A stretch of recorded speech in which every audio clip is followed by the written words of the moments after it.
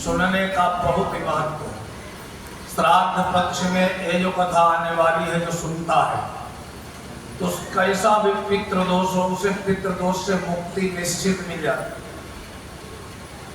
बोले अत्र ते कीर्तिष्यामि इतिहासं पुरातनम यस्य श्रवण मात्रेण पापहानि प्रजायते। सनत कुमार जी कहते हैं, नारद अब मैं तुमको एक ऐसा इतिहास सुनाने जा रहा हूं जिसको सुनने से सभी प्रकार के पाप नष्ट हो जाते हैं।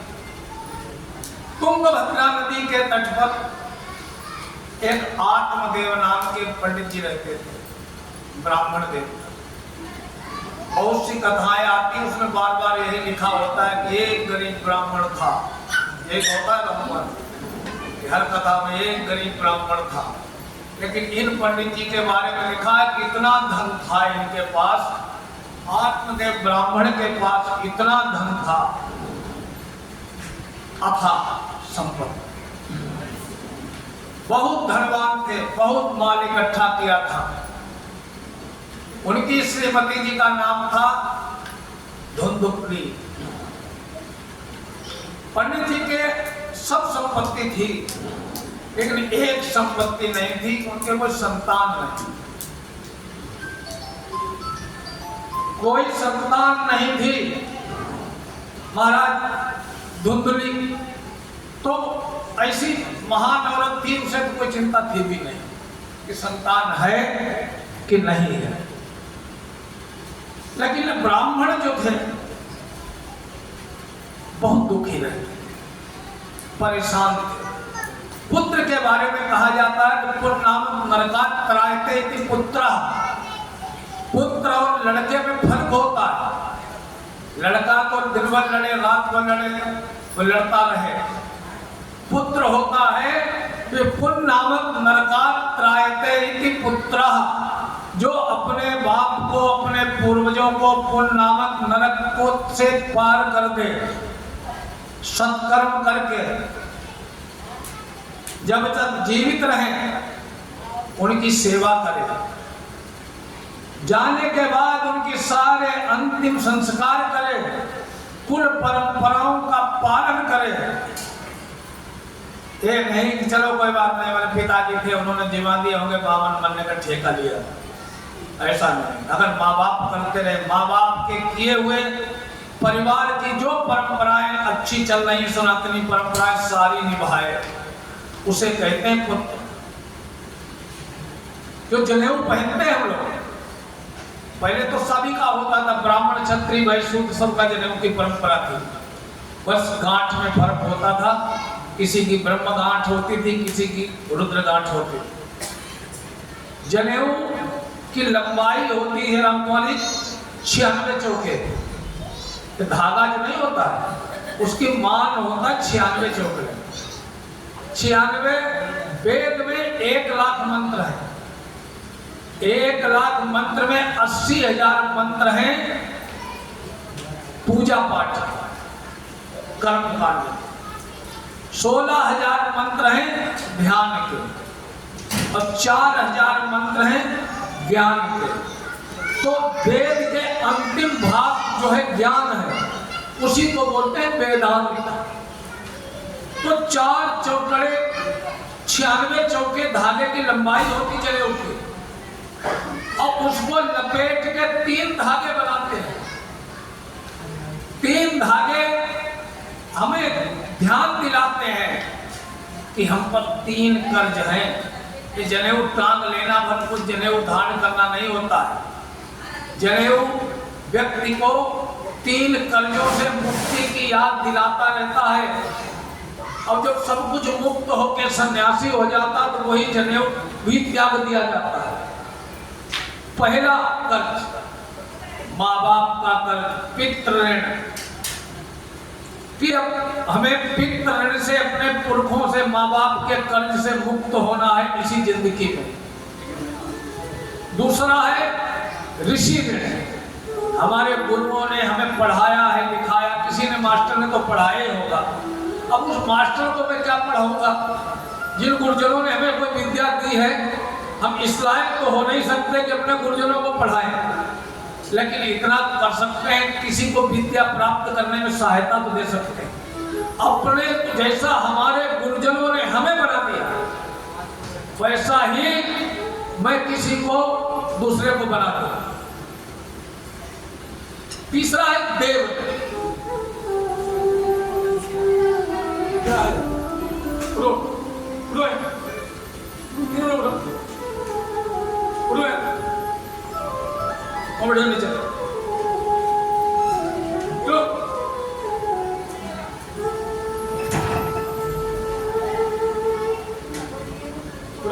चलो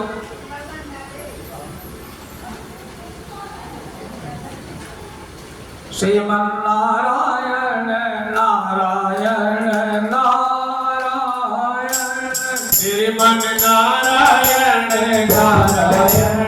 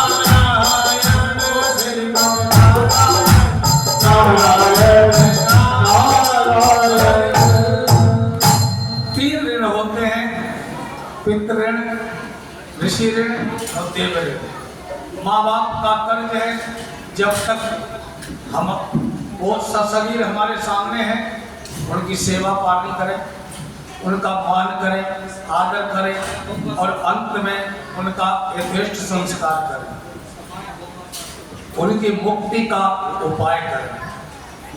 ऋषियों का ऋण है हमें, जो हमारे गुरुजनों का ऋण है, उसके लिए हमें जितना हमारे गुरुजनों ने बनाया है वैसे कुछ तो विद्या में प्राप्त करने में सहायता करें।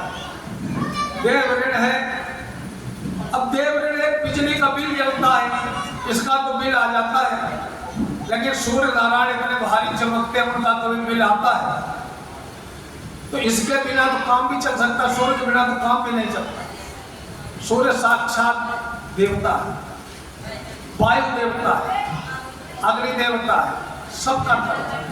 तो तीनों कर्जों से मुक्ति का उपाय करना है, ये हमारा जनेऊ इसका प्रतीक होता है। बोले लक्ष्मीनारायण भगवान की जय हो। अरे भाई थोड़ा शांति से रह लो। ए बालकों थोड़ा शांति सुन लो, बैठ के बात नहीं चिल्ला लेना। तो महाराज आत्मदेव ब्राह्मण के कोई संतान नहीं, आत्मदेव ब्राह्मण के कोई संतान नहीं, बहुत ही दुखी रहते थे। धन की कोई घर में कमी नहीं थी। उनके दिया हुआ जल पितरों को जो अर्पण करते थे, पितर नहीं स्वीकार करते थे। घर में कोई पेड़ लगाते थे, उसमें फल नहीं आता। गाय भी अगर घर में लाते थे तो वो बांझ हो जाती थी। ऐसी हालत थी आत्मदेव। लेकिन धुंधुली जी को कोई चिंता नहीं, वो तो अपने खाने पीने में मस्त।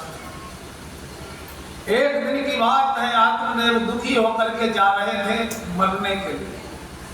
अब मरना भी ऐसा है, लिखा है कि ब्राह्मण से देहो एवं क्षूद्र कामाय नहीं सके।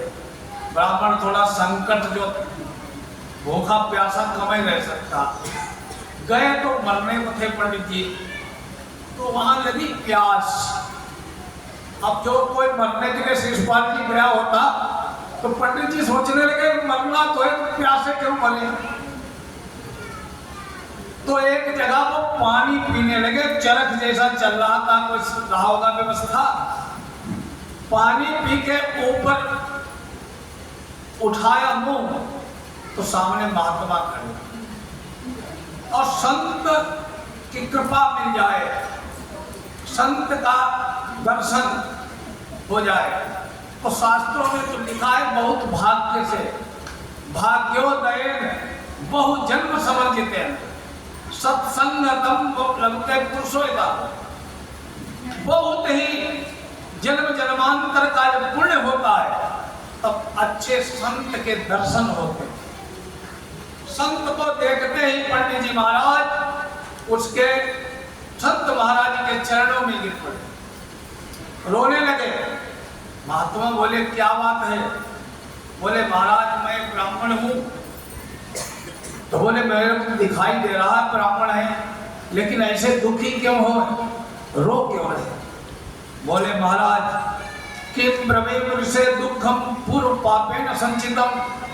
मैं ऐसा क्या बताऊं महाराज, जरूर हमारे पूर्व जन्म के कोई पाप रहे होंगे। मदिया पूर्व जास्तो या अवोष्ट मुँह जाल, कि आज मेरा दिया हुआ जल हमारे पूर्वज स्वीकार नहीं करते हैं।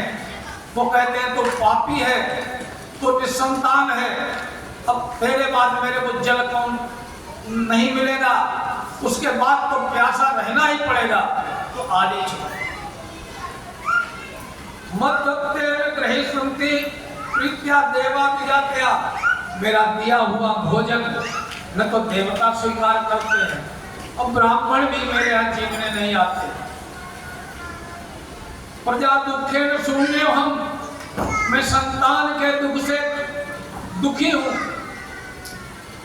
और महाराज लेकिन अब मुझे भरोसा हो गया है कि आप जैसे संत आ गए हैं तो आप मेरे पर कृपा करेंगे, आपके आशीर्वाद से मेरे संतान होगी, मेरे को एहसास होगा।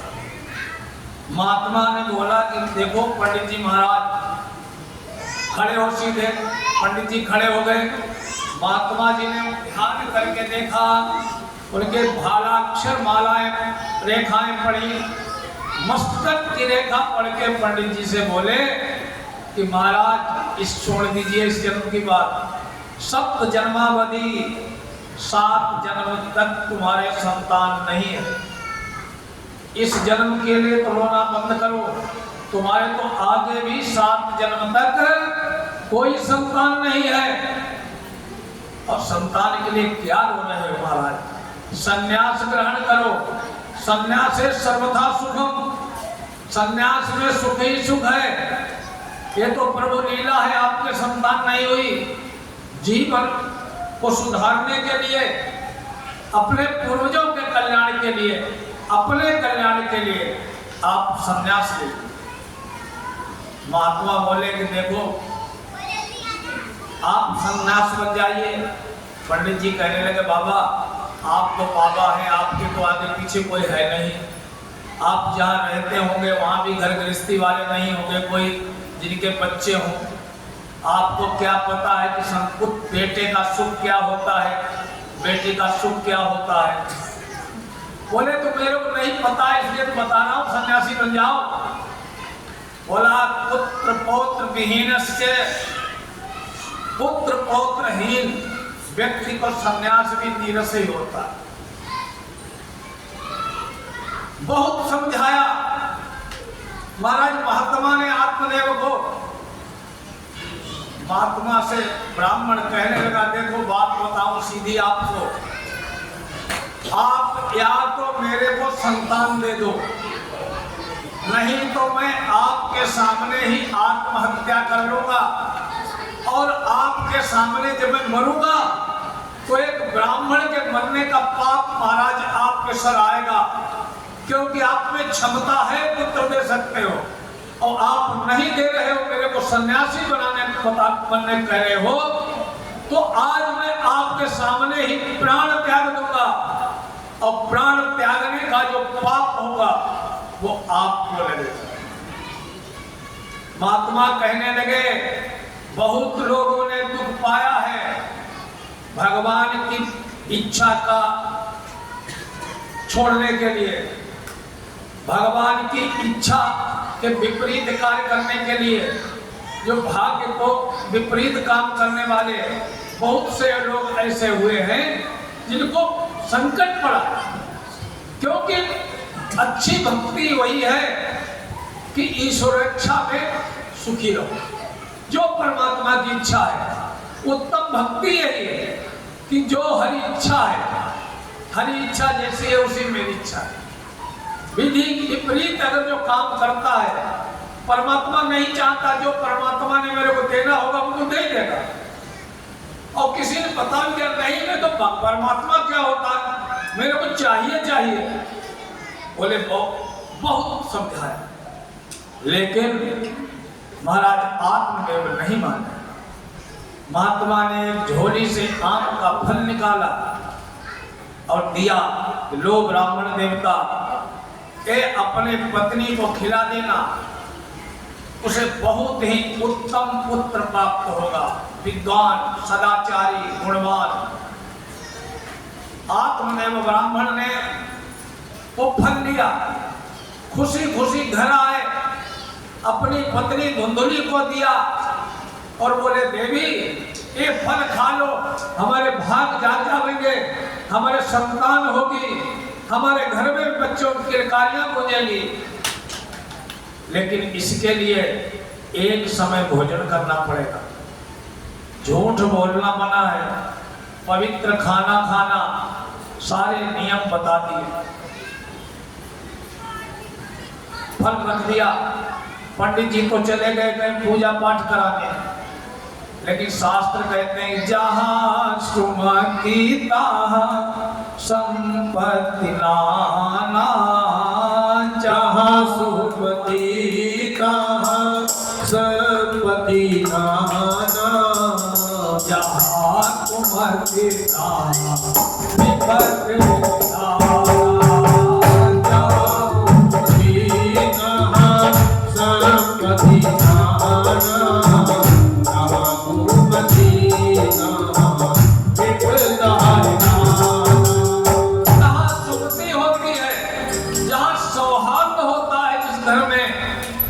पत्नी में, भाई भाई में, माँ बाप में, बाप बेटे में, बेटा माँ में, वहाँ संपत्ति होती, सुख समृद्धि होती है। और जहाँ कलह कलेश आपस में होता है वहाँ दुख ही दुख होता। राजा मनु तपस्या करने चले गए नैमिष में, हजारों साल तपस्या करने लगे।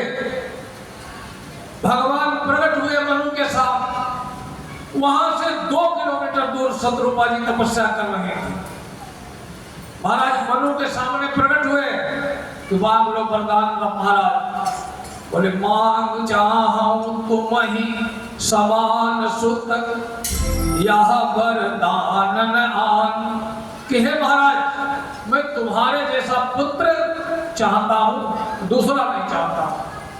तो भगवान बोले आप सदृश खो जाऊं कहाँ जाई, आप सदृशो जग जाई, त्रेता नृपत हरि हम आई, त्रेता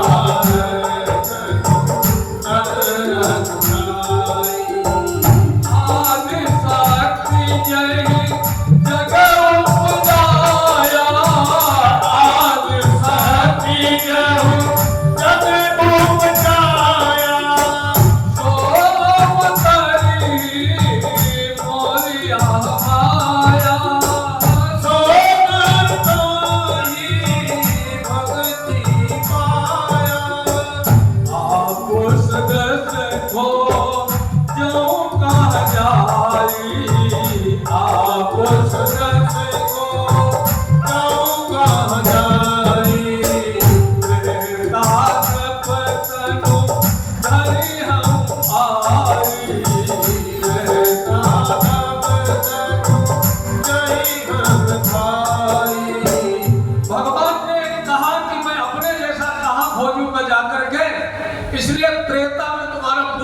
होगा।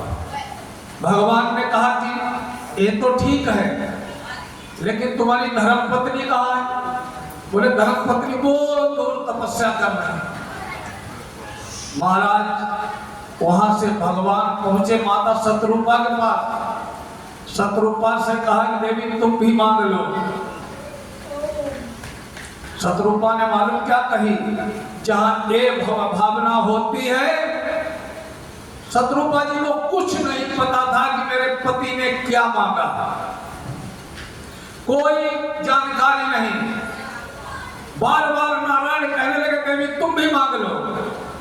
तो माता शतरूपा बोली जो बरनाथ सहज नर मांगा, जो बरनाथ सहज नर मांगा, सो करो अति सय प्रिय लागा, सो बरल अति सय प्रिय लागा।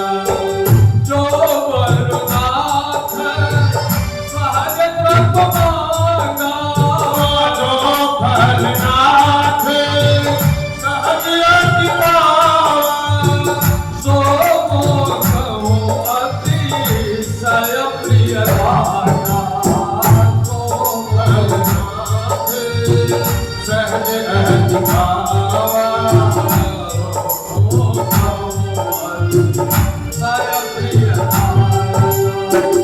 माता शतरूपा कहने लगी महाराज मैं हाथ जोड़ रही हूं, मेरे पति ने जो भी मांगा है मेरे लिए वही सबसे अच्छा, मेरे को अलग से कोई वरदान नहीं। जहां ये भाव होता है वहां होते हैं नारायण। देखो एक बार की बात है, माता पार्वती शंकर जी जा रहे थे, तो पति पत्नी और उनका बेटा खेत में काम कर रहे, लड़ गिर रहे थे। अब लड़ाई बहुधा वहीं होती जहां कमजोरी होती। माता कहने लगी है नाथ ये तीन बेचारे गरीब हैं, उनको कुछ वरदान दे दो। शंकर जी कहने लगे चुपचाप अपने काम से काम रखो, इनको कुछ नहीं मुकद्दर में निके, कुछ नहीं चाहिए इन्हें। बोले ना दे दो, आप तो मुकद्दर बदलने वाले हैं प्रभु, आप इनको वरदान दे के चलो। माता जी ने जिद की, पहुंच गए।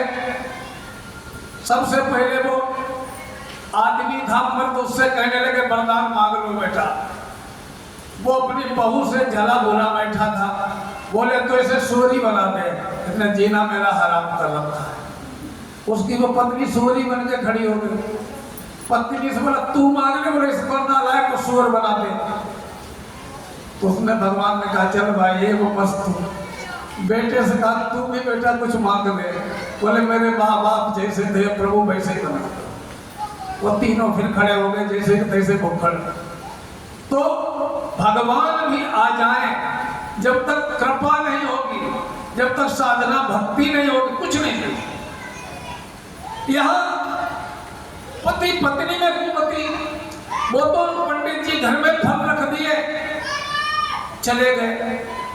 तो पंडितानी बड़ी महान थी, उन्होंने फल रख लिया आंगन में और बड़ी जोर जोर से रोने लगी। तो पास पड़ोस दो चार मोहल्ले भरे में औरतें ऐसी होती हैं, उन्हें पूरे गांव की चिंता होती है, पूरे मोहल्ले की चिंता होती है, अपने घर की चिंता हो न हो। तो सारी औरतें आके बैठ गए, बता देगी क्या बात है पंडित जी आनी क्यों रो रही हो? रो क्या रही हो, मेरे पंडित जी की बुढ़ापे में बुद्धि खराब हो गई। कहले क्या हो गया है? फिर बोले कि ये फल लेके आया वृद्धा, बता रहे फल खा लो उससे बेटा पैदा होगा। एक माता जी हो बेटा खा लो कोई बात नहीं, अच्छी बात है, ये तो कौन सी गल रोने वाली बात है। फल खाओगी संतान होगी, तुम्हारे बेटा होगा, वंश चलेगा। भला भली आई वंश चलाने वाली, ये जब मैं खा लूंगी तो मेरा पेट बढ़ेगा। यहाँ फिर बोले एक टाइम भोजन करना है, शरीर कमजोर हो जाएगा। फिर आधे पेट में तो ये रहेगा, अभी तो ठोक के खाती हूँ, फिर आधे में तो एक बड़ा बच्चा होगा, तो आधे पेट तो खा पाऊंगी, शरीर कमजोर हो जाएगा।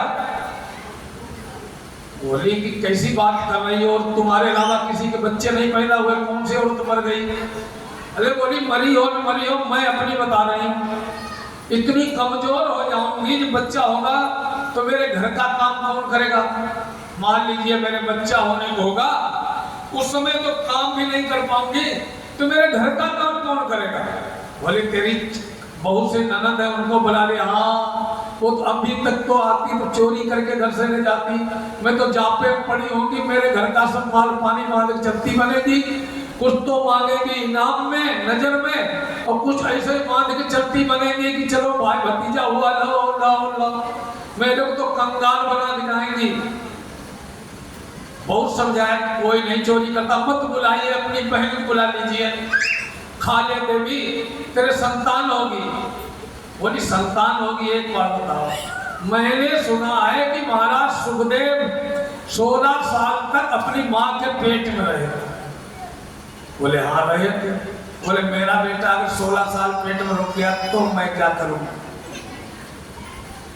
बोले मेरा बेटा अगर 16 साल मेरे पेट में बिस्तर लगा के बैठ गया, तदा में मरणम ध्रुवम, तो मेरी मौत निश्चित हो जाएगी, मैं तो मर जाऊंगी 16 साल में। औरतें बोली कि बेटी क्यों उल्टी बात कर रही हो, किसके बच्चे 16 साल रहे थे? वो सुखदेव थे, वो वेदाव्यास थे, वो ज्वाला माता थी, तू ज्वाला है। कि चलो कोई बात नहीं, लेकिन एक बात बताओ, हमने सुना कि पेट में गर्भ भी टेढ़ा हो जाता कभी। एदा गर्भे भवे तेरे तदा में मरणम ध्रुवम, अगर मेरे पेट में जो गर्भ है वो टेढ़ा हो गया तो यहाँ तो कोई ऑपरेशन की भी सुविधा नहीं है, कुछ सीधा कर दिया जाए, मर जाऊंगी। फिर पवित्र रहना पड़ेगा। सारी बातें समझाने के बाद बोली एक बात बताओ, मेरे पेट में बच्चा होगा? तो हाँ, मेरा पेट बड़ा होगा, चलने फिरने में परेशानी होगी। माता बोली हाँ, फिर परेशानी सबको होती है, पूरे गांव में आग लग गई तो क्या होगा? बोली मेरे तो तुम तो भाग जाओगी, मैं तो उसी में चल के मरूंगी जो पूरा गांव फूकेगा। एक माता को आगे गुस्सा है, बकवास मत कर, तू खाना हो खा ले, न खाना हो फेंक दे, पूरे गांव को आप क्यों लगा रही? सारी माताएं चली गई उठी, कहने लगी देवी तूने खाना हो खा ले, संतान तेरे हो नहीं, मेरे सबके भगवान ने दे रखी है, लेकिन तू अपने चक्कर में मेरा गांव को फूक रही। रख दिया, बैठी रही, बोली मैं नहीं खाती। शाम को उसके पड़ोस में ही मोहल्ले में उसकी बहन रहती थी, वो आ गई, उसके सामने रोने लगी। उसके 9 बालक थे। वो बोली इसमें क्या बात है, मेरे 9वां बालक होने को है, मेरे तीसरा महीना चल रहा है, 6 महीने होते मैं तेरे को ला के दे दूंगी, और तू चुपचाप बिस्तर लगा कमरे में लेट जा। पंडित जी से कह दिए कि मैं तो परम पवित्र रहती हूँ, सारे नियम का पालन करती हूँ, इसलिए मैं घर से निकलनी नहीं। और पंडित जी तो महीने 2 महीने पूजा पाठ करके आते हैं, 10 मिनट बहाने बनाने में क्या लगता है? कह देना मेरा बच्चा होने को, और मेरा बच्चा दे दूंगी, तुम हमें चुरा के अपने घर से धंधे देना बदले में। उसने कहे अब बोले फल, और फल गाय खिला दे घर में आंगन में, इसको भी परीक्षा ले ले। फल दे दिया, गौ माता को खिला दिया, और घर में लेट गई अंदर कंबल ओढ़ के, हर समय खाए पड़ी रहे, मैंने तो संतान होने को है। अब पंडित जी बेचारे बोले, 4-6 महीने बाद कहीं आए पूजा पाठ पुराण कथा करके, तो पंडित आने तो बच्चा होने को अंदर पड़ी है। अचानक एक दिन पंडित जी को बता दिया गया कि मेरा तो लड़का हो गया। लड़का हो गया, पंडित जी आत्मदेव बड़े खुश, ब्राह्मणों को बुला करके स्वस्ति वाचन कराया। नाम रखने का समय आया तो पंडित जी अपना पत्रा लेके बैठे, बोले ये क्या है? बोले इसका नाम निकालना। बोला नाम पत्रा, इसको फेंको किनारे। 8 महीने मैं मरी हूँ, बेटा मेरा है, नाम मैं रखूंगी, तुम कैसे रखोगे? बोले भाई तू ही रख ले। बोले क्या रखना? बोला मैं धुंधुली हूं तो मेरा बेटा धुंधुकारी। बेटे का नाम धुंधुकारी रखा गया। आप देव खुश हो गए, बड़ा प्रसन्न रहने लगे। चलो बुढ़ापे में संतों के आशीर्वाद से संतान तो हुई, कोई बात नहीं। कहने लगी मेरे तो दूध नहीं निकल रहा है, मेरी बहन के बेटा हुआ था वो मर गया है, इसलिए मेरी बहन को बुला लो। तो उसी को बुला लिया गया, वो दुग्ध पान कराने लगी। अगले महीने जो गाय पाल रखी थी आत्मदेव ने, उनके भी एक सुंदर बच्चा पैदा दिया। बोले गौ माता की जय। गौ माता ने सुंदर बालक को जन्म दिया, पूरा शरीर पुरुष का, लेकिन कान गाय जैसे, तो उसका नाम गोकर्ण जी रख दिया। दोनों बालक बड़े होने लगे। गोकर्ण पंडितो ज्ञानी धुंधुकारी महाखला। गोकर्ण तो महान पंडित और ज्ञानी बढ़कर तैयार हुआ, और धुंधुकारी महान दुष्ट। पंडित जी गोकर्ण जी ने अपने पिता को समझाया, अपने पिता के कर्मों को देखकर। पिताजी अपने बेटे के कर्म देख करके बड़े दुखी रहने लगे।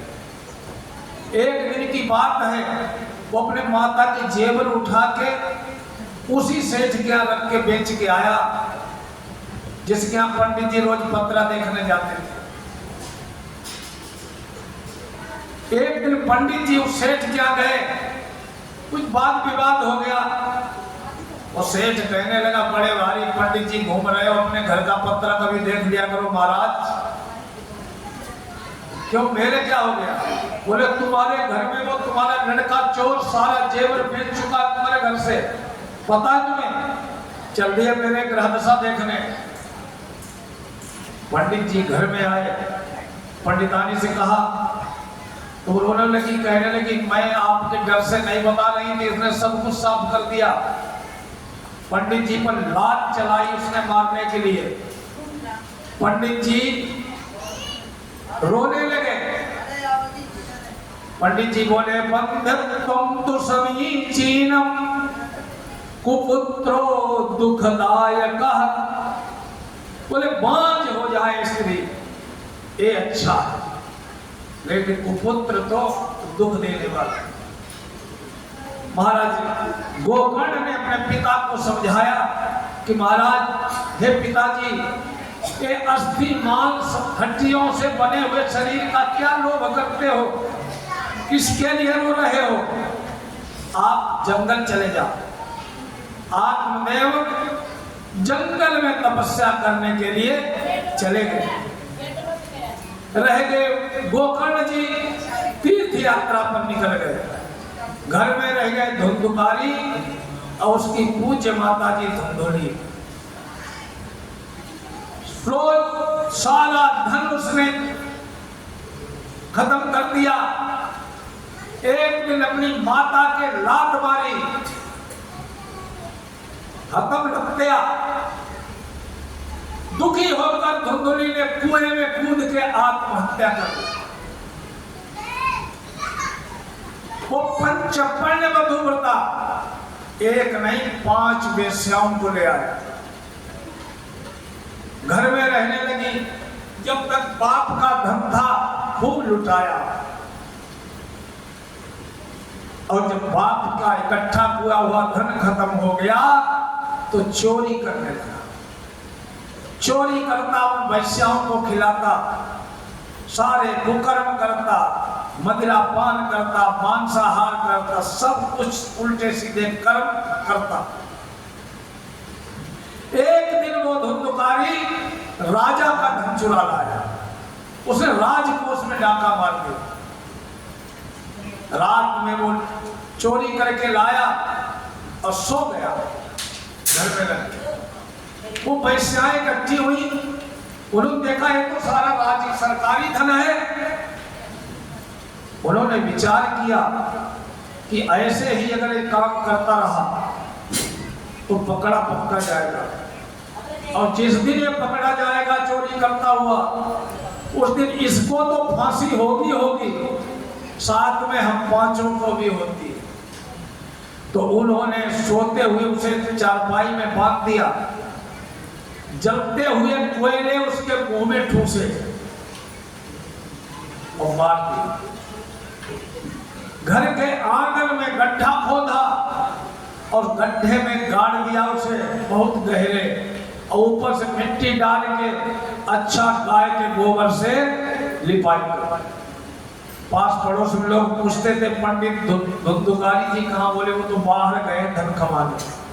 थोड़े बहुत दिन ऐसे लोगों को बताती रही, वो सारा धन जो कुछ बचा था घर में लेकर के पांचों अपने अपने स्थान को चली गई। बोले श्री कृष्णचंद्र भगवान की जय हो। राधा कृष्ण भगवान की जय हो। आइए भगवान के भजन में। जीवन है बेकार भजन बिन दुनिया में, जीवन है बेकार भजन बिन दुनिया में, जीवन है बेकार भजन बिन दुनिया में, जीवन है बेकार भजन बिन जीवन है बेकार भजन बिन दुनिया में, जीवन है बेकार भजन बिन दुनिया में।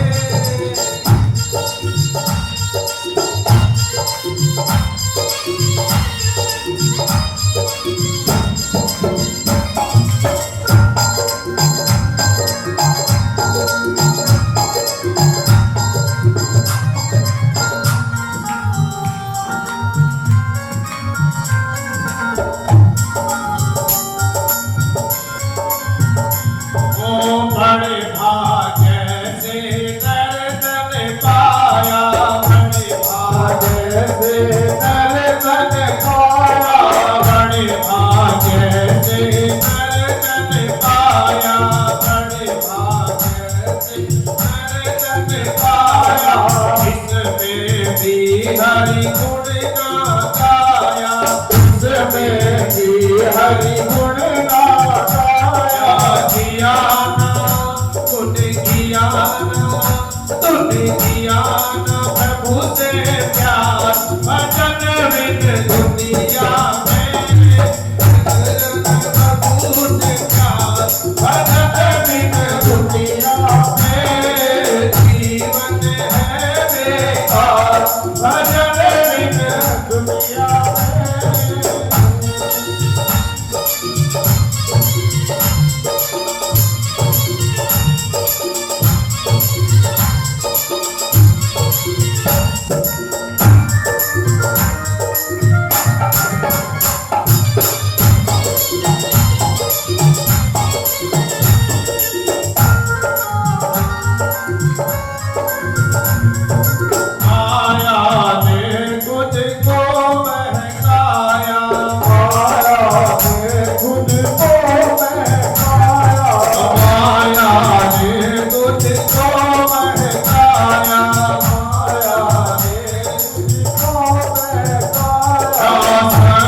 चलेगा तेरी काया, संग चलेगा तेरी काया। जो बनता होशियार भजन बिन दुनिया में, जो बनता होशियार भजन बिन दुनिया में, जीवन है बेकार भजन बिन दुनिया में, जीवन है बेकार भजन बिन दुनिया में।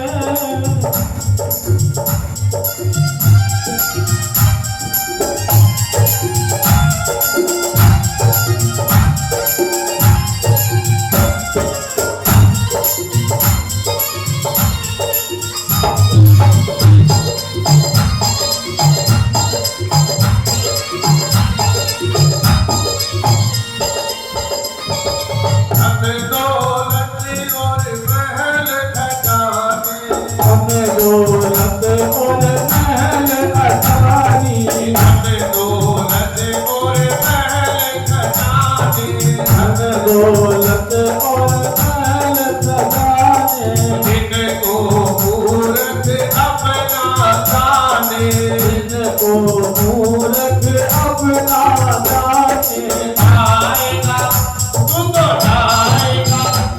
तो जाएगा हाथ पसार भजन बिन दुनिया में तू तो जाएगा हाथ पसार भजन बिन दुनिया में जीवन है बेकार भजन बिन दुनिया में जीवन है बेकार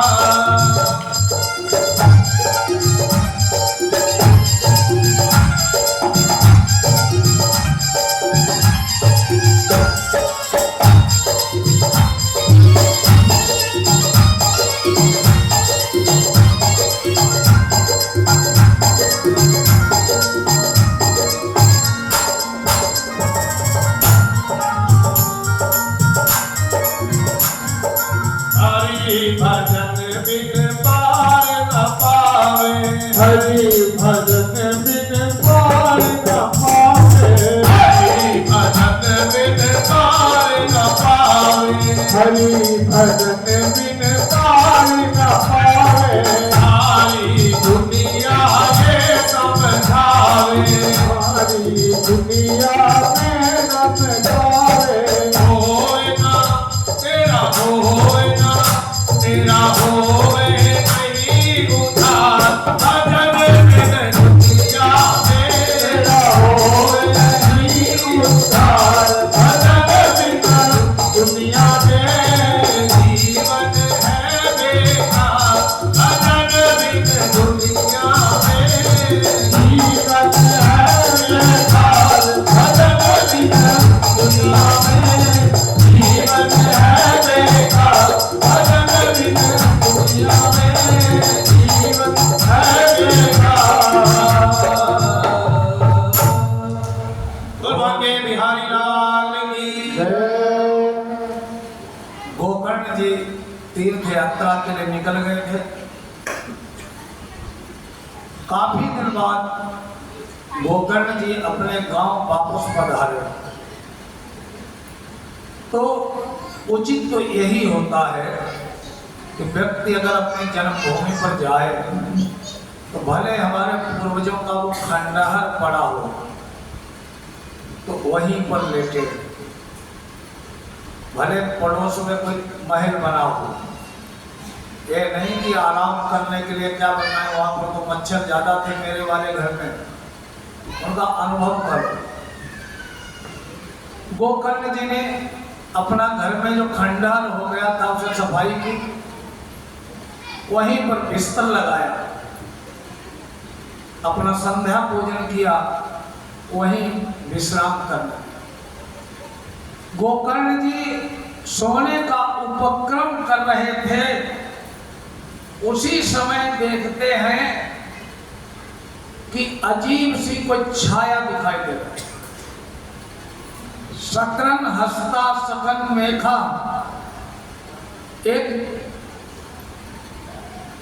प्रेत कभी हाथी बन के सामने खड़े हो जा रहा, कभी बकरा बन के खड़ा हो जाता, कभी सुअर बन के खड़ा हो जाता, कभी शेर बन के खड़ा हो जाता, नाना भयानक रूप बनाता बार बार।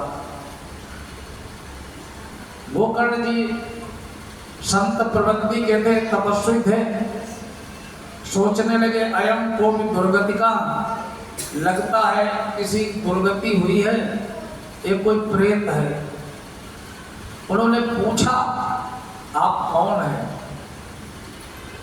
वो बड़ी जोर चीख आवाज करा, कोई शब्द नहीं निकल रहे, प्रेत के आवाज नहीं निकल रही थी। गोकर्ण जी ने जल लिया हाथ में, गायत्री मंत्र से अभिमंत्रित करके उसके ऊपर छींटा मारा तो वो कहता है कि अहम भ्राता त्वदीयोऽस्मि धुंधुकारी नामता स्वकीय नैव दोषेण ब्रह्मत्वं नाशितं मया यहो बंधो कृपा सिंधो। हे बंधु कृपा सिंधो भातुर मामम मातुलो मोचे। हे भाई, हे कृपा के सागर, अहम भ्राता तुदयोस्मि, मैं तुम्हारा भाई धुंधुकारी की नामता, धुंधुकारी नाम का भाई।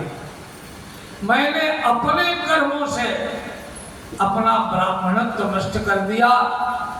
मैं प्रेत योनि में बहुत दुखी हूं।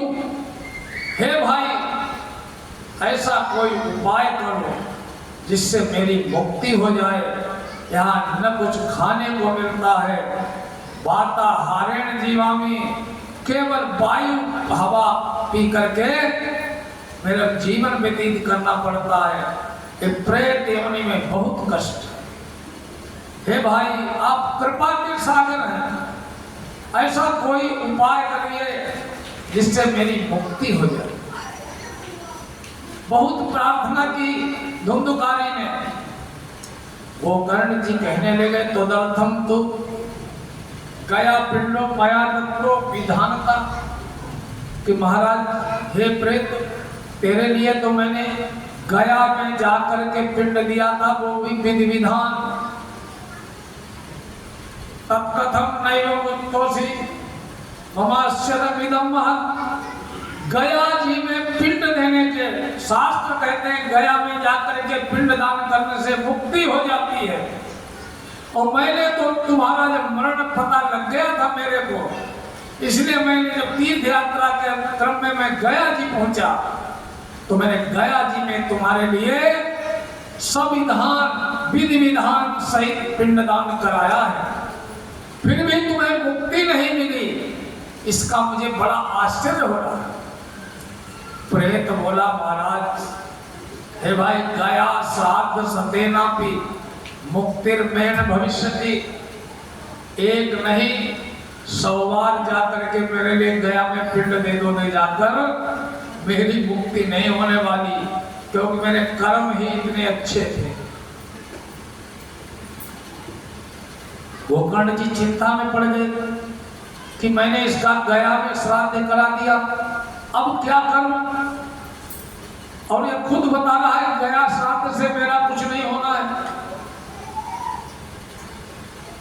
गोकर्ण जी कहने लगे, हे भाई, तब तक तुम यहाँ निश्चिंत होके रहो, मैं तुम्हारे लिए कुछ करूंगा।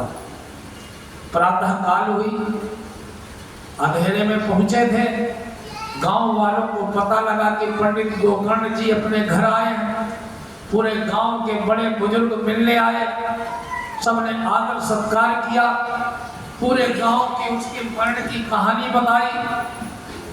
गोकर्ण जी ने सारे बुजुर्गों से पूछा कि अब बताओ क्या करें, ये तो मेरा भाई जो था प्रेत बन गया, इसकी मुक्ति कैसे हो?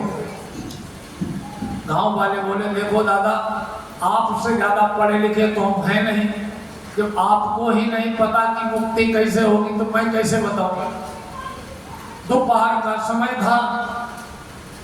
गोकर्ण जी ने जल लिया हाथ में और अभिमंत्रित किया और सूर्य नारायण को रथ रोक दिया, प्रार्थना किया, तुभ्यं नमो जगत साक्षी, हे जगत के साक्षी सूर्य, मैं तुमको नमस्कार करता हूँ, मेरी समस्या का निदान करो।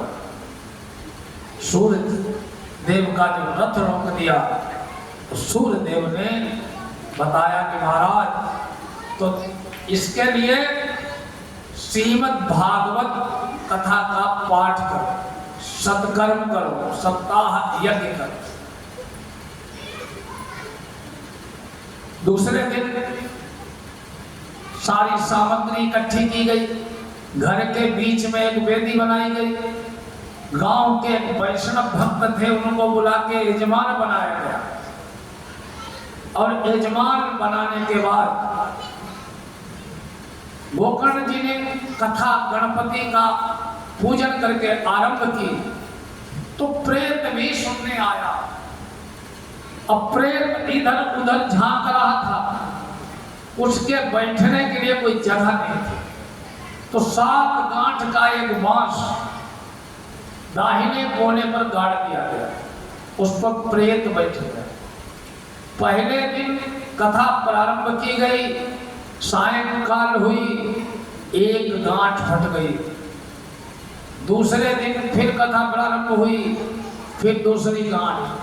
7वें दिन कथा जब संपूर्ण हुई तो बांस 7 गांठें फट गई और उसमें से एक दिव्य पुरुष प्रकट हुआ और सामने से भगवान के दूत रथ लेकर के आए और उस धुंधकारी प्रेत को ले जाने लगे।